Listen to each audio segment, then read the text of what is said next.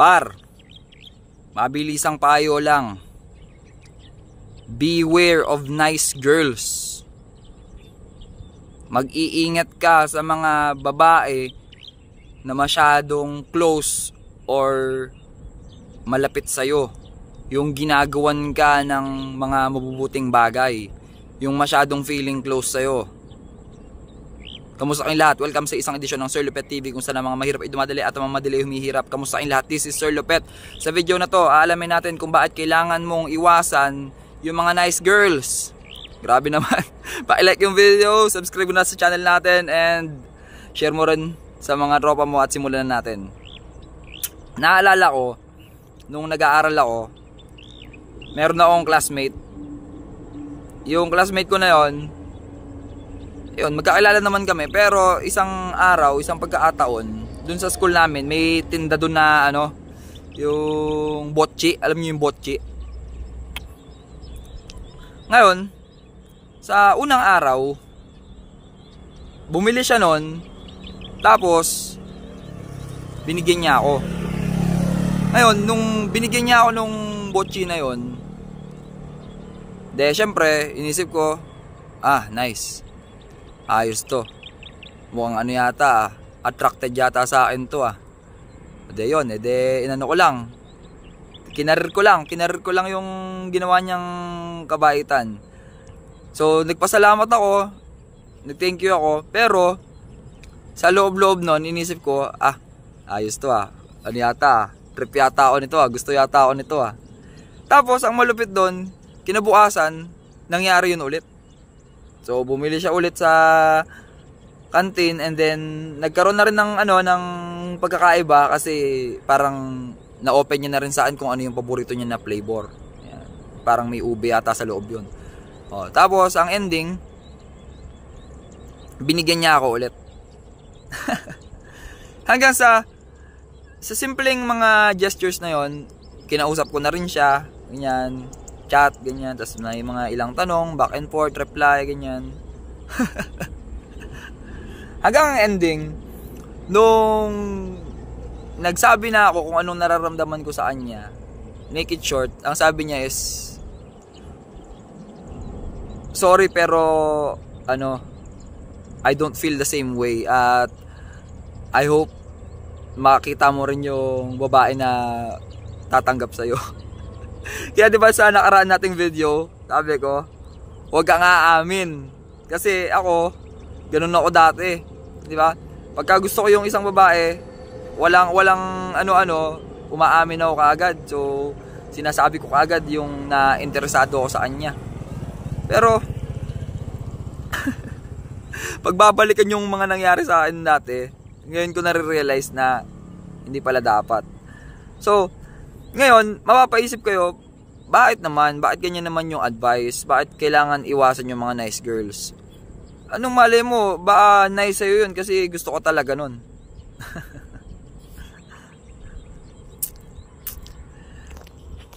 Mahirap, no? Kailangan matutunan mo rin na laruin yung laro, no? Kasi most of the time, kapag yung mga babae, hindi naman sila emotionally ready, yan yung problema natin madalas alisin nga natin para magkaintindihan tayo. Kapag ang babae hindi pa emotionally ready, no? Kapag hindi pa yan ready na mag-commit sa isang relationship, maikipaglaro at maikipaglaro sa'yo yan. Lalo na pag nakita niya na simp ka, pag nakita niya na gagawin mo lahat para sa kanya, pag nakita niya na lagi kang naabuntot, gagawin kang alipin yan, gagawin kang alila yan. Di ba? Lahat ng mga bagay na pwede niyang makuha out of you, lahat ng mga bagay na pwede mong maitulong sa kanya na magbe-benefit siya, sasakay lang siya doon, jajibe lang siya doon. Pero pag dumating yung point na aamin ka na, sasabihin mo na yung true intention mo sa kanya, ay nako, sasabihin sa'yo, hindi pa ako ready, study first, strict yung parents ko. Ang daming mga sasabihin yan, pero ang ibig sabihin lang talaga nun is wala ka talagang chance. So, kaya ako ginawa tong video na to para alam niyo yun, para din nyo na maranasan yung naranasan ko before, no? pag merong babae na masyadong close sa'yo, pag merong babae na masyadong clingy, masyadong malapit sa'yo, hayaan mo lang siya. Hayaan mo lang siya na gawin yung gusto niya, pero huwag mong bibigyan agad ng meaning yun. Huwag mong bibigyan agad ng kahulugan. Huwag kang mag-a-assume agad-agad na trip ka niya o gusto ka niya. Kasi nga, baka mamaya trip ka nga talaga niya. Alam mo yun, trip ka niya. Pagtritripan ka lang niya. Kaya yun, no?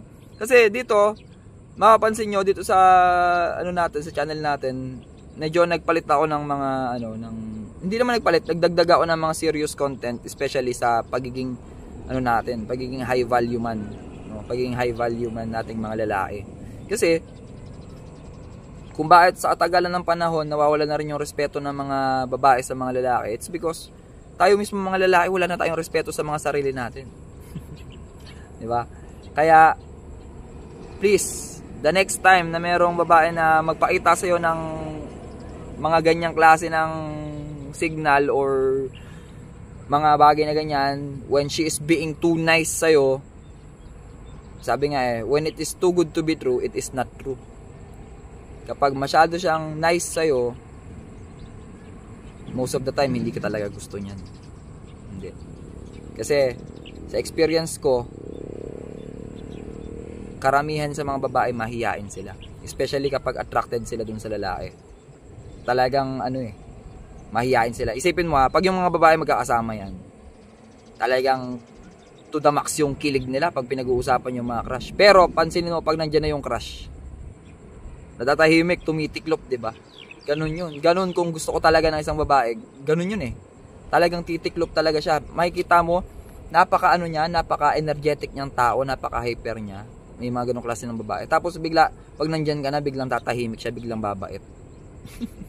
Yun ang may gusto sa'yo. Pero yung mga lagi lang nandyan na kala mo kaibigan ng lahat, gano'n.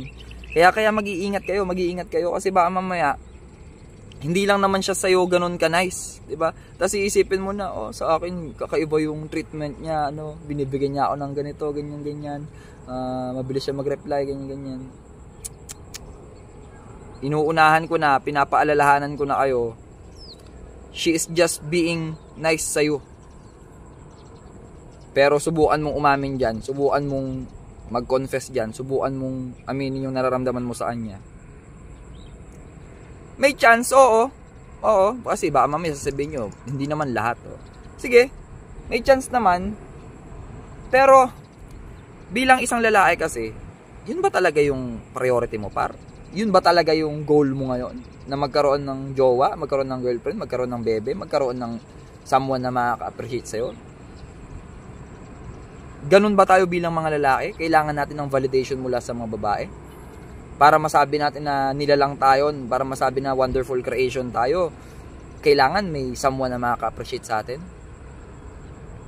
Hindi pwedeng maging ganun yung mindset natin, para kasi kapag ganun, magiging emotional tayo. Ano mangyayari pag yung lalaki naging emotional? Yung dating nagkaagusto sa'yo, pag naitaan na emotional ka, iwan ka rin yan. So, sa conclusion ng video na to, simple lang, beware of nice girls. Nice girls ba? Beware kapag ang isang babae nagiging masyadong close, clingy, or nice sa'yo. Ingat ka kasi hindi mo alam, baka friendly lang talaga siya. Or worst case scenario, baka may kailangan talaga siya sa'yo. Huwag nating hahayaan na yung mga babae magte-take advantage sa atin. Never again. So, sana natuto ka. Hanggang dito muna ang ating video. Pa-like naman kung nagustuhan mo ating content. Subscribe ka na rin. At sana natuto kayo. Share mo rin sa mga barkada, sa mga tropa mo. Na sa kasalukuyan ay merong someone, may babae na nagiging nice sa kanila, pinapakitaan sila ng mixed signals. Mag-iingat kayo mga par. Hindi tayo pwedeng matalo sa laban na ito. So,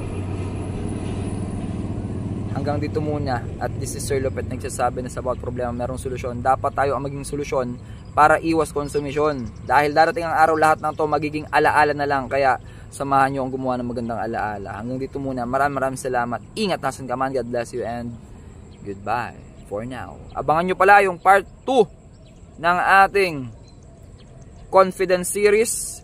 So kung hindi nyo pa napanood yung part 1, ang part 1 is about eye contact. Panoorin nyo na. Naka-upload na yan dito sa ating channel. Ingat. Again.